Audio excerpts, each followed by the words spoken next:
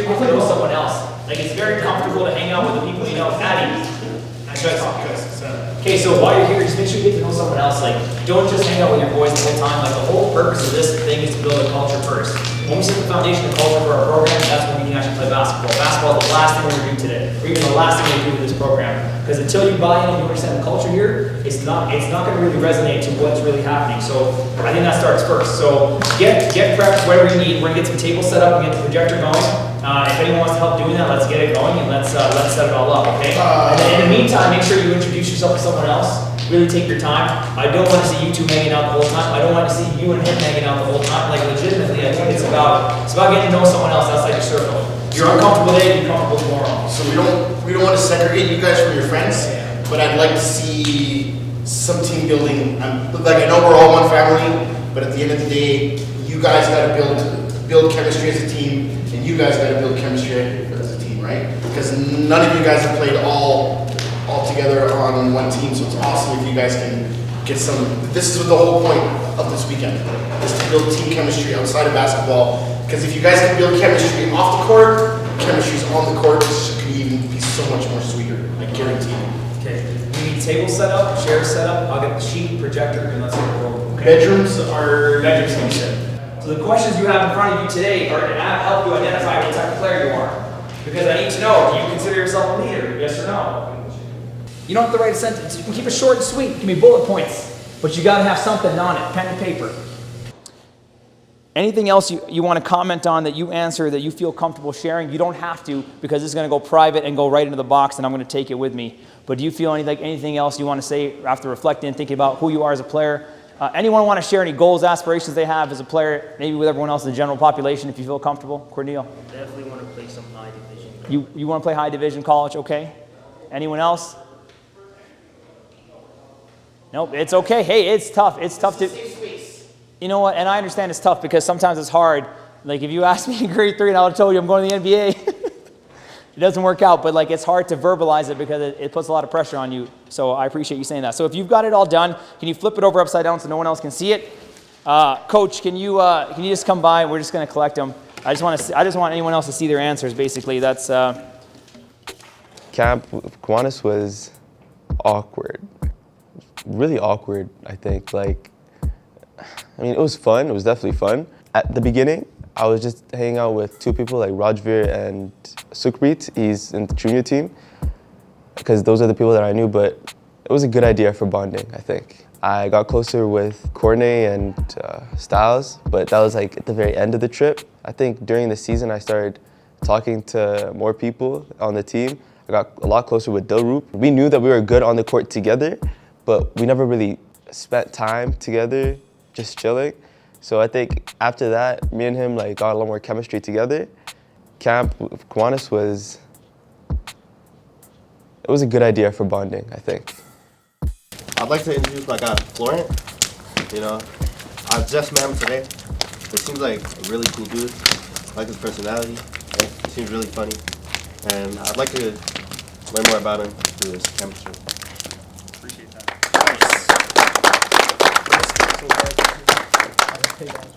The camp was cool. You know, there wasn't any internet, so all we had to do was talk to each other. We all shared rooms. It was super funny, right? We had the freestyles until 3 a.m. The coaches couldn't sleep. Coaches couldn't sleep. Rusty kept opening our door to yell at us. Yeah. It was fun. It was really fun. So as he said, it was really fun. We had no internet, so I was just gonna stay with my phone, but they had no internet, so I had to talk to my teammates, try to know them.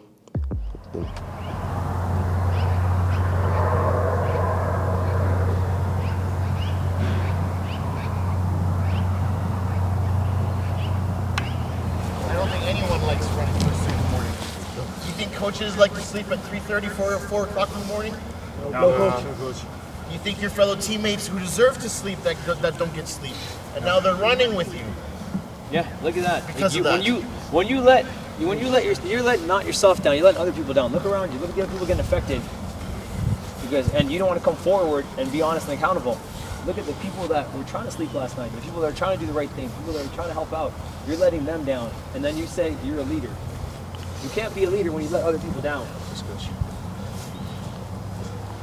Boys, Like Jamal's in there washing dishes right now, by himself. Commission's gone to get a bunch of things for you guys for breakfast. Why is it that I have to wake up early at 6 or 5, sleep at 2, and you guys get to have fun and sleep in, right? I thought the word team is supposed to be a collective. It's not a singular term, right? Yes. So we need to make that happen. Okay, we need 15, so clear out 3 more. Let's go. At Camp Kiwanis, they did not like me. They didn't like me at all because I remember I kept myself very distant intentionally because I knew that as a teacher when you come in or when you look young as a coach, like I'm almost 32 now, man, but I look like I'm in my mid-20s, which kind of sucks, and the kids think that you're young, so they expect you to be a certain way, like joke around with them. So I intentionally kept a little bit distant. I remember they all loved Rusty, man. Rusty was a funny guy, making the jokes and everything else, but I knew that just having taught and coached for 8 years, I'm like, I can't come down to their level early. Had we done camp later on, they would have seen a very different coach. I would have been fun and jokey, but I had to set the tone early to get the respect. And I saw a lot of those issues where kids were kind of in their niche cliques where they hung out with certain guys, and I'm like, I can't have that. I can't have you on a team where you only want to pass the ball to 3 guys or only want to hang out with 2 guys afterwards. You don't have to be best friends, but if you're part of any program or team in any setting, you have to look beyond yourself and say, hey, it's about us, and it's not about me. And killing that me mentality was tough because when Kamish told the guys that, hey, you're gonna be in a documentary, when he told me you're gonna be in a documentary, whatever, you know, a lot of their kids' egos came in like, I'm something special. I'm an amazing talent and I deserve this. And I saw that and I was like, I need to break this. We need humility first. We gotta get a team culture going. So let's use this as an opportunity to bond and build relationships. And I saw that we had a good relationship coming out of that camp. As soon as we faced a challenge, I think that's when we saw the true character of some of those kids because they were able to mask it at the camp. We're like, yeah, you know, anyone, I can ask you a question in an interview, like, you know, and you can give me the NBA 2K answer. Oh, what makes the basketball team great? You know, communication, teamwork, hard work. They'll give you those stock answers, but they don't believe it. But when you see a person go through adversity in life or on the basketball court, then I can say that's your character. When you swear, when you act out, when you get emotional, when kids really let it out, that's when I'm like, this is who this person is. Now we can fix the problem, or now we can deal with it. But camp kind of masked it a little bit. It was nice, it got the team bonding, but it didn't really uncover a lot of the issues that we saw later on throughout the season. Okay, anyone want to share what they got? What's the best quality, what's the best leadership quality out there? What do you think it is? Okay, Cornel. Humbleness and composure. Amazing. Okay? Constructive criticism or feedback. Okay? Sammy. Motivation. Okay? So it's funny because Roy Williams from UNC actually said composure is one of the hardest things. One of the things that makes a great coach is the person that can be composed in the fourth quarter. Because then you can manage and control the tempo of the game. So if you're a composed player, you know, that breathes into other people too, because then they're composed around you. If the best player on your team is having a meltdown, it doesn't really look too good for a lot of other people on the court, right? That affects them too mentally. So excellent. A lot of great answers, but yeah. I can honestly say the junior varsity team, they had a better culture. They had better team spirit. They had more trust. And that is what we want to build with Legends teams is you can be anyone, but when you're a team, you're one. And I think that's what we had, and that's what helped make us a successful team this season. Yeah, we didn't finish first, second. We did finish third. It's still a podium finish. But I think we came out on top, number one, based on the fact that how much these kids have matured individually and was able to open themselves up, accept others that they didn't even know into their lives, and have the trust and the respect that these kids thought they didn't deserve, but once they showed that they deserve it and they earned it, wow. Like the feeling is like, you know, I got goosebumps right now. Like it's just, the feeling is better than even winning a championship. That's how I feel. The senior team, skill-wise, don't get me wrong, they're a very good team, but I feel that there was no trust there. They didn't trust their coaches. You know, they didn't trust their teammates. You know, they just felt, okay, I can only trust myself. And I think that's wrong. If you want to play an individual sport, go play badminton. But if you love the game of basketball and you understand it, you're gonna know that you have to trust your teammates, you have to respect your teammates, you have to trust your coaches, respect your coaches. There's a reason why we teach and preach what we do, and that's because in the long run, it will make you a better person, it will make you a better player, it will teach you to be a better representative of yourself, who you want to be portrayed as. And I think that's, honestly, I think that's what seniors had a problem with. And as much as their coaches preached and taught and screamed and yelled and had closed door meetings all season, I think at the end of the season, they still didn't get into that culture. Like, they didn't congratulate themselves. And like I said, going back to JV, an individual accolade was a whole team accolade. It's like the whole team won that game. The whole team made sure that that player got what he deserved. And we did that. And actually, honestly, Christian, Parker, there were times that their teammates made a specific play for them to help them get into the action. I didn't run it. Now, did I yell at them for it? No, because they are trusting each other and I trust them. How can I get them to trust me if I don't show them that I trust them and their abilities? They make a mistake? Okay. Fix it. Right? You don't need me to yell at you. You don't need me to have to tell you what you did wrong. If you feel you did something wrong and you know how to change it, change it. Most of these kids who came in cocky, individual, athletic, but not really there for the right reasons, they left with the right reasons. They left with confidence. They left with maturity. They left with high self-esteem. They left with friends. They left with a family.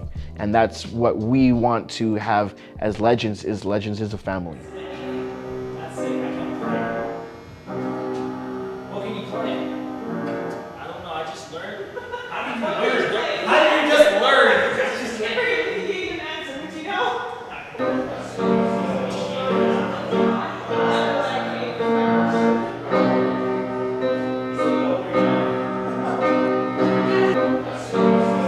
Why do we need to progress? To get better. To grow in life. Exactly. Second one is E. Efficiency. Efficiency. Okay, I like that one. Why do we need to be efficient? Yep, so we can continue to progress. Even if, God forbid, we have a L one game, it doesn't mean we just end it there, right? We're gonna move on to the next game. We're gonna work better than ever, right? Yes, sir. Efficiency. What is A? Attitude. Hey guys, can you yell it out together? Because I can't hear it. So. What is A? Attitude. Exactly. What does attitude mean? Let's start over again. Okay. What is P? Progression. Oh, that sucked. What is P? Progression. What's E? Efficiency. And what's A? Attitude. What's K? Knowledge. Whoa! I love it, man. I forgot the K. Hey man, that speaks volumes of you guys like coming together like that and coming up with something amazing like that. That's awesome. That's huge to see. That's the kind of stuff that we're looking for, the leadership, the character, the culture, man. So appreciate you guys. Hey, let's go. Give it up. Yes, There was a lot more ego. As you find older kids, their personalities are kind of been cemented and they weren't getting along. They didn't like each other. They didn't like some of the things we were doing as coaches to try to bring them together. Like, I have a no swearing policy. I don't like when kids swear or they curse or they treat each other negatively. Like, I don't want to see kids go at it and swear and curse at each other. The younger team was a lot more positive, but ironically enough, they were more disconnected at the end of the season, I found, because they just didn't buy into the program or themselves. They kind of like felt like they were really high and they didn't get what they wanted and they kind of fell apart. Whereas the older guys, because I think the adversity we went through and the conversations we had, like, I mean, there was a lot of private conversations, whether it's privately on social media or texting a kid or having a conversation with parents. I think a lot of those things really helped bring the team back, versus on the junior team, we kind of overlooked a lot of those things and they were festering and they kind of bubbled over into the playoffs versus the other way around for the older guys.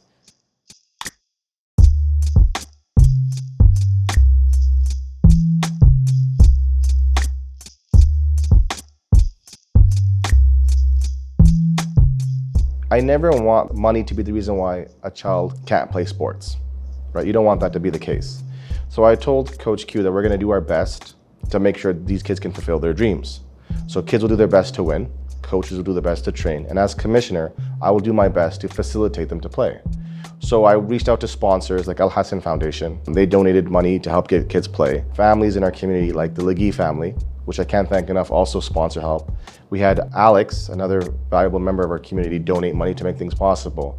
So I'd reach out to different members of the community and just tell them, like, listen, we couldn't have done it without them. About 40% of our players were on, couldn't afford the fees at all. Some, as far as like, didn't have like $1 to pay.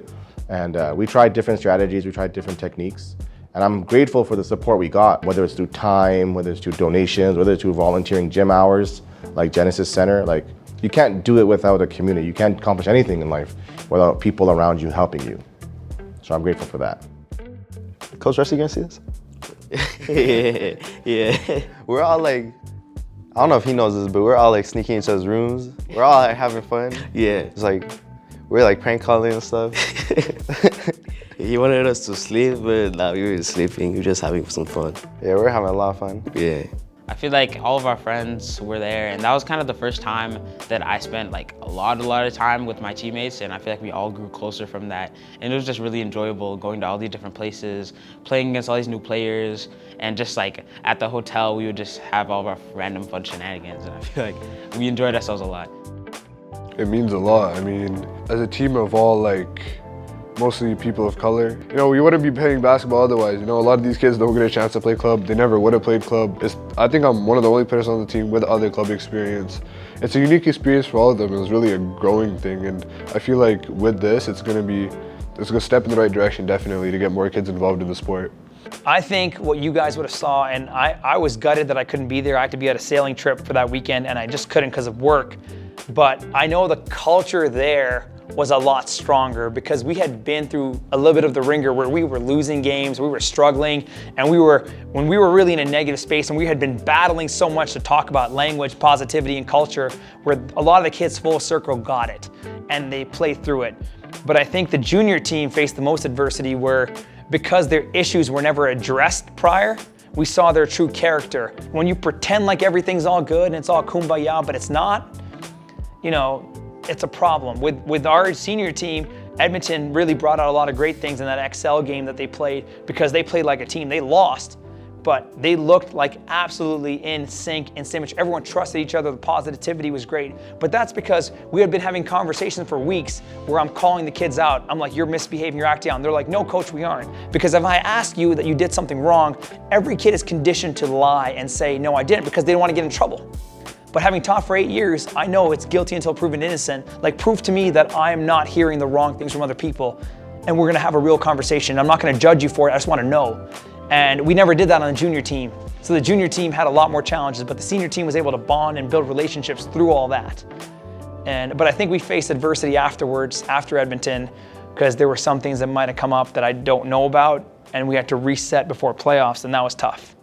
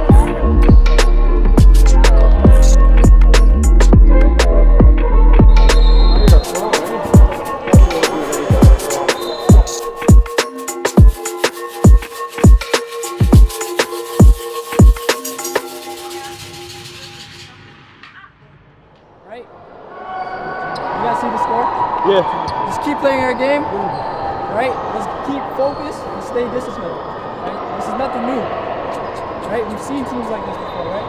Hey, defensively we're a man. You guys have to be talking it out. That's twice they got a wide open three because we didn't know, right? If you guys want to be playing a zone, actually let's switch things. Keep looking around. Let's go into 2-3. I don't see a lot of outside shooters, so let's just keep protecting the house. All right, go to 2-3 call positions.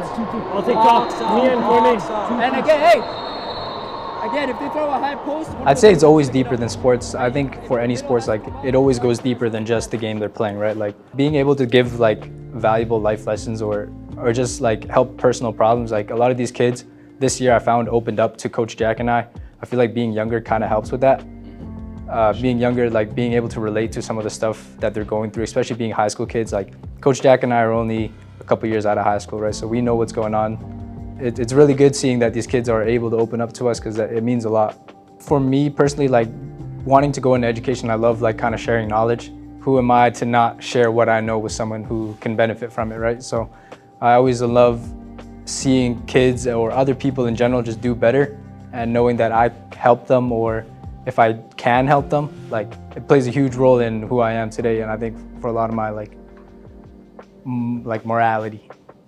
Yeah. For me, I felt like as if it was like an asset I could have added to myself, as in like leadership, building my leadership skills, being able to help kids and like teach kids new different skills. And like it's not even just about basketball. Coming in as a coach, I was given the opportunity to like help change some of these kids' lives away from basketball, like just real life stuff, school, just everyday like conflicts and stuff like that. Like I was able to come in and be that mentor for them and help them out, like everything besides basketball as well. So